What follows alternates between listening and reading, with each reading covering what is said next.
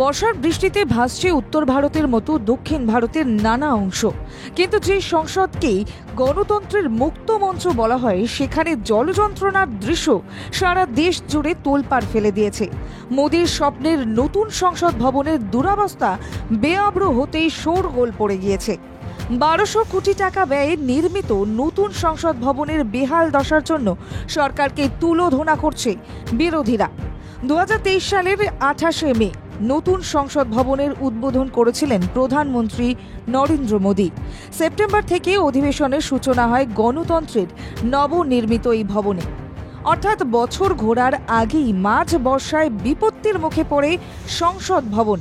1 August সংসদের নতুন ভবনের ছাদ চুঁইয়ে জল পড়ার ভিডিও সোশ্যাল মিডিয়ায় ভাইরাল হয়েছিল। রাজ্যসভার তৃণমূলের দলনেতা ডেরেক ওব্রায়েন সেদিন মোদী সরকারকে আক্রমণ করে ইনস্টাগ্রামে পোস্টে লিখেছিলেন, নতুন মোদী সরকারের সবেতেই leak, paper leak, water leak, system leak, এমনকি জনতার রায়ও লিক।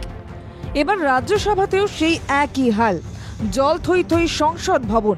ইনস্টাগ্রামে ভিডিও শেয়ার করে পুরনো সংসদ ভবন ফিরিয়ে আনার দাবি জানালেন রাজ্যসভায় তৃণমূলের দলনেতা ডেরেক ওব্রায়েন। ডেরেক ওব্রায়েন লেখেন, সামান্য বর্ষণ প্রতিরোধের ক্ষমতা নেই। গণতন্ত্রের মন্দিরের এই কী অবস্থা? কেন বারবার এই অবস্থা তৈরি হচ্ছে? এই প্রসঙ্গে কেন্দ্রের ব্যাখ্যা বিরোধীদের সন্তুষ্ট করতে পারেনি। লোকসভা সচিবালয়ের তরফ থেকে জলের লিকের ঘটনার পিছনে এক ব্যাখ্যা দেওয়া হয়েছে। দাবি করা হয়েছে, নতুন সংসদ ভবনে কাচের গম্বুজ বা ডোম থেকেই এই বিপত্তি ঘটেছে। গম্বুজের কাচ জোড়া লাগানোর জন্য আঠালো পদার্থ ব্যবহার করা হয়েছিল। আঠার ফাঁক থেকেই জল চুঁইয়ে এই বেহাল দশা তৈরি হয় বলেই জানানো হয়। লোকসভার সচিবালয়ের যুক্তি একেবারেই মানতে নারাজ বিরোধীরা। ব্যুরো রিপোর্ট, বাংলা জাগো।